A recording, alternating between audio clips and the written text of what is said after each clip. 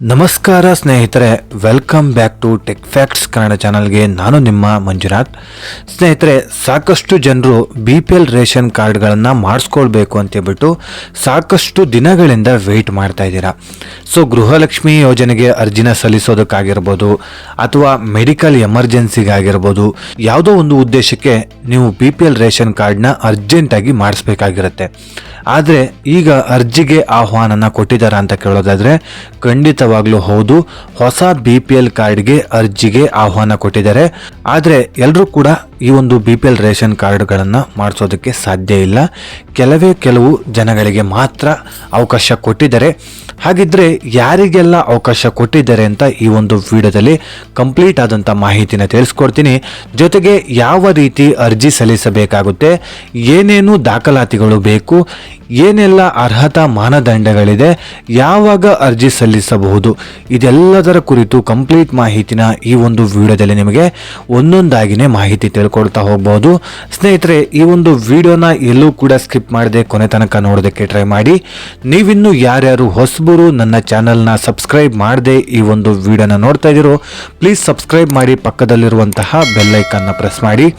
ಸ್ನೇಹಿತರೆ, ನಮ್ಮ ಶ್ರಮಕ್ಕೆ ನಿಮ್ಮ ಹತ್ತಿರ ಕೇಳಿಕೊಳ್ಳೋದೊಂದೇ ಒಂದು, ಸಬ್ಸ್ಕ್ರೈಬ್ ಮಾಡಿ, ಸಪೋರ್ಟ್ ಮಾಡಿ. ಸಾಕಷ್ಟು ಜನರು ವಿಡಿಯೋನ ನೋಡಿ ಹಾಗೆ ಹೋಗ್ತಾ ಇದ್ದೀರಾ, ಸಬ್ಸ್ಕ್ರೈಬ್ ಮಾತ್ರ ಮಾಡ್ತಾ ಇಲ್ಲ. ಪ್ಲೀಸ್ ಸಬ್ಸ್ಕ್ರೈಬ್ ಮಾಡಿ. ನೀವು ಸಬ್ಸ್ಕ್ರೈಬ್ ಮಾಡಿ ನನಗೆ ಸಪೋರ್ಟ್ ಮಾಡೋದ್ರಿಂದ ಇದೇ ರೀತಿಯಾದಂಥ ಒಳ್ಳೊಳ್ಳೆ ಕಂಟೆಂಟ್ ಇರುವಂಥ ವಿಡಿಯೋನ ನಿಮ್ಮ ಮುಂದೆ ತರಲಿಕ್ಕೆ ನನಗೆ ಪ್ರೋತ್ಸಾಹ ಸಿಗುತ್ತೆ ಅಂತ ಹೇಳ್ತಾ ಈ ಒಂದು ವಿಡಿಯೋನ ಶುರು ಮಾಡೋಣ ಬನ್ನಿ. ಸ್ನೇಹಿತರೆ, ಸಾಕಷ್ಟು ಜನರು BPL ರೇಷನ್ ಕಾರ್ಡ್ಗಳನ್ನು ಮಾಡಿಸ್ಕೊಳ್ಬೇಕು ಅಂತ ಹೇಳ್ಬಿಟ್ಟು ಸಾಕಷ್ಟು ದಿನಗಳಿಂದ ವೆಯ್ಟ್ ಮಾಡ್ತಾ ಇದ್ದೀರಾ. ಈಗಾಗಲೇ ಗೃಹಲಕ್ಷ್ಮಿ ಯೋಜನೆಗೆ ಅರ್ಜಿನ ಸಲ್ಲಿಸೋದಕ್ಕಾಗಿರ್ಬೋದು ಅಥವಾ ಮೆಡಿಕಲ್ ಎಮರ್ಜೆನ್ಸಿಗಾಗಿರ್ಬೋದು ಅಥವಾ ಯಾವುದೋ ಒಂದು ಉದ್ದೇಶಕ್ಕೋಸ್ಕರ ನೀವು ಈ ಒಂದು BPL ರೇಷನ್ ಕಾರ್ಡ್ಗಳನ್ನು ಮಾಡಿಸ್ಕೊಳ್ಬೇಕು ಅಂತೇಳ್ಬಿಟ್ಟು ಕಾಯ್ತಾ ಇದ್ದೀರಾ. ಆದರೆ ಸದ್ಯಕ್ಕೆ ಅವಕಾಶ ಕೊಟ್ಟಿಲ್ಲ.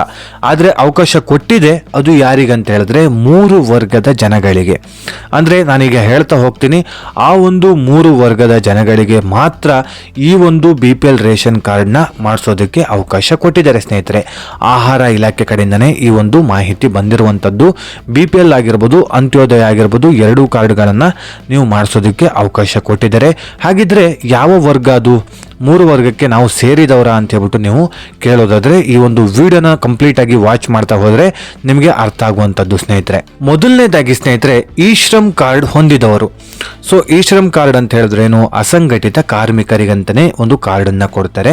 ಸೊ ಈ ಶ್ರಮ್ ಕಾರ್ಡು ನಿಮ್ಮ ಹತ್ರ ಇದೆ ಅಂತ ಹೇಳಿದ್ರೆ ನೀವು BPL ರೇಷನ್ ಕಾರ್ಡ್ ಆಗಿರ್ಬೋದು, ಅಂತ್ಯೋದಯ ರೇಷನ್ ಕಾರ್ಡ್ ಆಗಿರ್ಬೋದು, ಅದಕ್ಕೆ ಅರ್ಜಿನ ಸಲ್ಲಿಸಬಹುದು. ಸ್ನೇಹಿತರೆ, ಸೊ ಈ ಶ್ರಮ್ ಕಾರ್ಡು ಯಾರ್ಯಾರು ಹೊಂದಿರ್ತಾರೆ ಅಂತ ಹೇಳಿದ್ರೆ ಕಟ್ಟಡ ಕಾರ್ಮಿಕರಾಗಿರ್ಬೋದು, ಹೋಟೆಲ್ನ ಸಿಬ್ಬಂದಿ ಆಗಿರ್ಬೋದು, ಕೂಲಿ ಕಾರ್ಮಿಕರಾಗಿರ್ಬೋದು, ವಾಹನ ಚಾಲಕರಾಗಿರ್ಬೋದು, ಈ ರೀತಿ ಇರುವಂಥವರು ಈ ಒಂದು ಈ ಶ್ರಮ್ ಕಾರ್ಡ್ಗಳನ್ನು ಹೊಂದಿರ್ತಾರೆ. ಸ್ನೇಹಿತರೆ, ಸೊ ಇವರಿಗೆ ಯಾವ ಡೇಟಿಂದ ಯಾವ ಡೇಟ್ ತನಕ ಅರ್ಜಿ ಹಾಕೋದಕ್ಕೆ ಅವಕಾಶ ಕೊಟ್ಟಿದ್ದಾರೆ ಅಂತ ಕೇಳೋದಾದ್ರೆ 4/10/2025ರಿಂದ 31/3/2026 ಮಾರ್ಚ್ 31ನೇ ತಾರೀಕು ತನಕ ಟೈಮ್ ಇರುತ್ತೆ. ಸ್ನೇಹಿತರೆ, 2026 ಮಾರ್ಚ್ 31ನೇ ತಾರೀಕು ತನಕ ಟೈಮ್ ಇರುತ್ತೆ. ಅಷ್ಟರ ಒಳಗಾಗಿ ನೀವು ಈ ಒಂದು BPL ರೇಷನ್ ಕಾರ್ಡ್ ಆಗಿರ್ಬೋದು, ಅಂತ್ಯೋದಯ ರೇಷನ್ ಕಾರ್ಡ್ ಆಗಿರ್ಬೋದು, ಈ 2 ಕಾರ್ಡ್ಗಳಿಗೆ ಅರ್ಜಿನ ಸಲ್ಲಿಸೋದಕ್ಕೆ ಅವಕಾಶ ಕೊಟ್ಟಿದ್ದಾರೆ.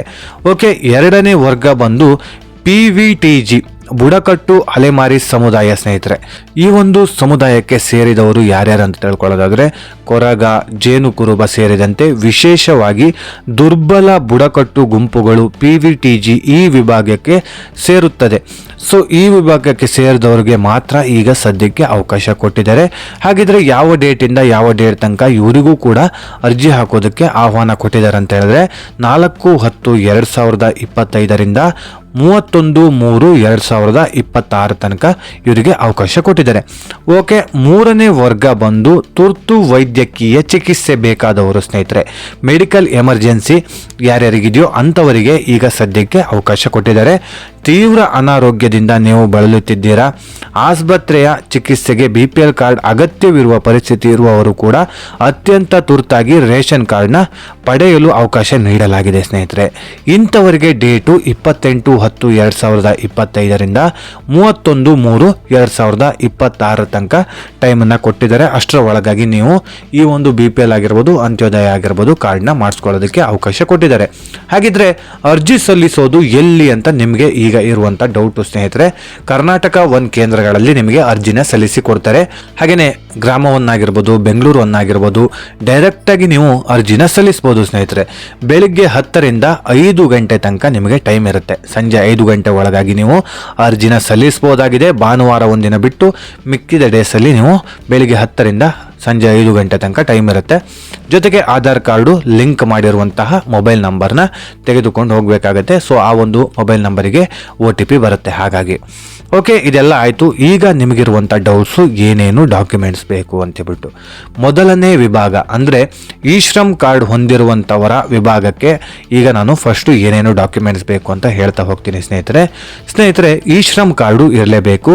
12 ಅಂಕಿಯ UAN ನಂಬರ್ ಇರುತ್ತೆ. ಸೊ ಇ ಶ್ರಮ್ ಕಾರ್ಡಲ್ಲಿ ಆ ಒಂದು ಕಾರ್ಡನ್ನು ನೀವು ತೆಗೆದುಕೊಂಡು ಹೋಗಬೇಕಾಗತ್ತೆ. ಹಾಗೆ ಕುಟುಂಬದ ಎಲ್ಲ ಸದಸ್ಯರ ಆಧಾರ್ ಕಾರ್ಡು, ಅಂದರೆ ಯಾರು ಮೇನು ಮುಖ್ಯಸ್ಥರಾಗಿರ್ತಾರೋ ಅವರು ಮತ್ತು ಕುಟುಂಬದ ಸದಸ್ಯರು ಎಲ್ಲರ ಆಧಾರ್ ಕಾರ್ಡು ಕಡ್ಡಾಯವಾಗಿ ಬೇಕಾಗುತ್ತೆ. ಹಾಗೆಯೇ ಆದಾಯ ಪ್ರಮಾಣ ಪತ್ರ. ಸೊ ಈ ಒಂದು ಆದಾಯ ಪ್ರಮಾಣ ಪತ್ರ ತಹಶೀಲ್ದಾರ್ ಕಚೇರಿಯಲ್ಲಿ ನಿಮಗೆ ಸಿಗುವಂಥದ್ದು ಸ್ನೇಹಿತರೆ. ಹಾಗೆ ವಿಳಾಸದ ಪುರಾವೆಗೆ ವಿದ್ಯುತ್ ಬಿಲ್ಲನ್ನು ತಗೊಂಡು ಹೋಗ್ಬೋದು, ಇಲ್ಲ ವೋಟರ್ ID ನ ತೆಗೆದುಕೊಂಡು ಹೋಗ್ಬೋದು, ಇಲ್ಲ ಬಾಡಿಗೆ ಕರಾರು ಪತ್ರನ ಕೂಡ ತೆಗೆದುಕೊಂಡು ಹೋಗ್ಬೋದು ಸ್ನೇಹಿತರೆ. ಜೊತೆಗೆ mobile number. So mobile number ಕಡ್ಡಾಯವಾಗಿ ತೆಗೆದುಕೊಂಡು ಹೋಗಬೇಕಾಗುತ್ತೆ. ಯಾಕಂತ ಹೇಳಿದ್ರೆ ಅದಕ್ಕೊಂದು OTP ಬರುತ್ತೆ. ಜೊತೆಗೆ passport size photo. So passport size photo ಬೇಕಾಗುತ್ತೆ ಸ್ನೇಹಿತರೆ. ಎರಡನೇ ವಿಭಾಗ ಬಂದು PVTG. ಸೊ ಬುಡಕಟ್ಟು ಅಲೆಮಾರಿ ಸಮುದಾಯಕ್ಕೆ ಸೇರಿರುವಂತವರು, ಇವರು ಜಾತಿ ಪ್ರಮಾಣ ಪತ್ರನ ತೆಗೆದುಕೊಂಡು ಹೋಗಬೇಕಾಗುತ್ತೆ. ಸೊ ತಹಶೀಲ್ದಾರ್ ಕಚೇರಿಯಲ್ಲಿ ಇದು ಸಿಗುವಂಥದ್ದು. ಎರಡನೇದು ಬಂದು ಕುಟುಂಬದ ಸದಸ್ಯರ ಆಧಾರ್ ಕಾರ್ಡು, ಎಲ್ಲರ ಆಧಾರ್ ಕಾರ್ಡು ತೆಗೆದುಕೊಂಡು ಹೋಗಬೇಕಾಗುತ್ತೆ. ಮೂರನೇದು ಬಂದು ಆದಾಯ ಪ್ರಮಾಣ ಪತ್ರ. ಹಾಗೆ ನಾಲ್ಕನೇದು ಬಂದು ವಾಸಸ್ಥಳ ದೃಢೀಕರಣ ಪತ್ರನ ತೆಗೆದುಕೊಂಡು ಹೋಗಬೇಕಾಗುತ್ತೆ. ಐದನೇದು ಕುಟುಂಬದ ಮುಖ್ಯಸ್ಥರ ಫೋಟೋ. ಸೊ ಇದಿಷ್ಟು ತೆಗೆದುಕೊಂಡು ಹೋದರೆ ನೀವು ಈ ಒಂದು BPL ರೇಷನ್ ಕಾರ್ಡ್ಗಳಿಗೆ ಅರ್ಜಿನ ಸಲ್ಲಿಸ್ಬೋದು. ಮೂರನೇದು ಬಂದು ಸ್ನೇಹಿತರೆ, ತುರ್ತು ವೈದ್ಯಕೀಯ ಚಿಕಿತ್ಸೆ, ಮೆಡಿಕಲ್ ಎಮರ್ಜೆನ್ಸಿ ಇರುವವರು ಏನೇನು ಡಾಕ್ಯುಮೆಂಟ್ಸ್ನ ತೆಗೆದುಕೊಂಡು ಹೋಗ್ಬೇಕಂತ ಹೇಳಿದ್ರೆ, ಸರ್ಕಾರಿ ವೈದ್ಯರಿಂದ ಪಡೆದ ವೈದ್ಯಕೀಯ ಪ್ರಮಾಣ ಪತ್ರನ ಪಡೆದುಕೊಂಡು ಹೋಗಬೇಕಾಗತ್ತೆ. ಆಸ್ಪತ್ರೆಯ ದಾಖಲೆಗಳು ಅಂದರೆ ಡಿಸ್ಚಾರ್ಜ್ ಸಮ್ಮರಿ ಆಗಿರ್ಬೋದು, ಟೆಸ್ಟ್ ವರದಿ ಆಗಿರ್ಬೋದು, ಇದೆಲ್ಲದನ್ನು ಕೂಡ ತೆಗೆದುಕೊಂಡು ಹೋಗಬೇಕಾಗತ್ತೆ. ಆದಾಯ ಪ್ರಮಾಣ ಪತ್ರನ ತೆಗೆದುಕೊಂಡು ಹೋಗಬೇಕಾಗತ್ತೆ. ರೋಗಿ ಮತ್ತು ಕುಟುಂಬದ ಸದಸ್ಯರ ಆಧಾರ್ ಕಾರ್ಡನ್ನು ತೆಗೆದುಕೊಂಡು ಹೋಗಬೇಕಾಗತ್ತೆ. ಹಾಗೆ ವಿಳಾಸದ ಪುರಾವೆನ ತೆಗೆದುಕೊಂಡು ಹೋಗಬೇಕಾಗುತ್ತೆ. ಇದರ ಜೊತೆಯಲ್ಲಿ ರೋಗಿಯ ಫೋಟೋ ಕೂಡ ತೆಗೆದುಕೊಂಡು ಹೋಗಬೇಕಾಗತ್ತೆ ಸ್ನೇಹಿತರೆ. ಇದಿಷ್ಟು ಡಾಕ್ಯುಮೆಂಟ್ಸ್ ಇದ್ದರೆ ನೀವು BPL ಆಗಿರ್ಬೋದು, ಅಂತ್ಯೋದಯ ಆಗಿರ್ಬೋದು, ಎರಡೂ ರೇಷನ್ ಕಾರ್ಡ್ಗಳಿಗೆ ಅರ್ಜಿನ ಸಲ್ಲಿಸ್ಬೋದು. ಉಳಿದಂಥವರಿಗೆ ಸದ್ಯದ ಮಟ್ಟಿಗೆ ಅವಕಾಶ ಕೊಟ್ಟಿಲ್ಲ. ಅವಕಾಶ ಕೊಟ್ಟ ನಂತರದಲ್ಲಿ ನಾನು ವಿಡಿಯೋ ಮಾಡಿ ತಿಳಿಸುವಂತ ಪ್ರಯತ್ನ ಮಾಡ್ತೀನಿ ಸ್ನೇಹಿತರೆ. ಸದ್ಯಕ್ಕೆ ಯಾಕೆ ಉಳಿದವರಿಗೆ ಕೊಟ್ಟಿಲ್ಲ ಅಂತ ಹೇಳಿದ್ರೆ, ಈಗಾಗಲೇ ಸಾಕಷ್ಟು ಜನರನ್ನ ಅನರ್ಹರು ಅಂತ ಬಿಟ್ಟು ಪಟ್ಟಿ ಮಾಡಿ ಅವ್ರನ್ನ ತೆಗಿತಾ ಇದ್ದಾರೆ. ಅಂದ್ರೆ BPL ರೇಷನ್ ಕಾರ್ಡ್ಗಳನ್ನ ಯಾರ್ಯಾರು ಹೊಂದಿದಾರೋ ಅಂತವರನ್ನ ಅನರ್ಹರು ಅಂತ ಬಿಟ್ಟು ಪಟ್ಟಿ ಮಾಡಿ ಅವರನ್ನ BPL ರೇಷನ್ ಕಾರ್ಡ್ಗಳಿಂದನೇ ಹೊರಗಿಡ್ತಾ ಇದ್ದಾರೆ. ಸೊ ಯಾಕಂತ ಹೇಳಿದ್ರೆ, ಮನೆಯಲ್ಲಿ ವೈಟ್ ಬೋರ್ಡ್ ಕಾರ್ ಇದ್ರೆ ಅಥವಾ ಅವರ ಒಂದು ಇನ್ಕಮ್ ಜಾಸ್ತಿ ಇದ್ರೆ, ಹಾಗೆಯೇ ಗೌರ್ನಮೆಂಟ್ ಆಫೀಸಲ್ಲಿ ಅಥವಾ ಗೌರ್ನಮೆಂಟ್ ಕೆಲಸನ ಮಾಡ್ತಾ ಇದ್ರೆ, ಹಾಗೆ ಇನ್ಕಮ್ ಟ್ಯಾಕ್ಸು GST ಕಟ್ತಾ ಇದ್ರೆ, ಇಂಥವರು ಸಾಕಷ್ಟು ಜನರು ಇದ್ದಾರೆ. ಕುಟುಂಬದ ಯಜಮಾನಿ ಅಲ್ಲದೆ ಇದ್ರೂ ಕೂಡ ಕುಟುಂಬದ ಸದಸ್ಯರು ಕೂಡ ಈ ಒಂದು ಕೆಲಸನ ಮಾಡ್ತಾ ಇರ್ತಾರೆ. ಹಾಗಾಗಿ ಅಂಥವರ ರೇಷನ್ ಕಾರ್ಡ್ಗಳನ್ನು ಹುಡುಕಿ ಸರ್ಕಾರ ರಿಮೂವ್ ಮಾಡ್ತಾ ಇದೆ. ಸೊ ಈ ಒಂದು ಪ್ರಕ್ರಿಯೆ ಮುಗಿದ ನಂತರದಲ್ಲಿ ಯಾರು ಅರ್ಹರೋ ಅಂಥವರಿಗೆ ರೇಷನ್ ಕಾರ್ಡ್ಗಳಿಗೆ ಅರ್ಜಿನ ಸಲ್ಲಿಸೋದಕ್ಕೆ ಅವಕಾಶ ಕೊಡ್ತೀವಿ ಅಂತ ಬಿಟ್ಟು ಹೇಳ್ತಾ ಇದ್ದಾರೆ.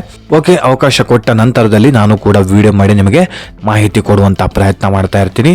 ಸೊ ಹಾಗಾಗಿ ಚಾನಲ್ನ ಸಬ್ಸ್ಕ್ರೈಬ್ ಮಾಡಿ ಸಪೋರ್ಟ್ ಮಾಡಿ ಅಂತ ನಿಮ್ಮ ಹತ್ರ ಮತ್ತೊಮ್ಮೆ ಮನವಿ ಮಾಡ್ತಾ ಈ ಒಂದು ವಿಡಿಯೋನ ಇಲ್ಲಿಗೆ ಎಂಡ್ ಮಾಡ್ತಾ ಇದ್ದೀನಿ.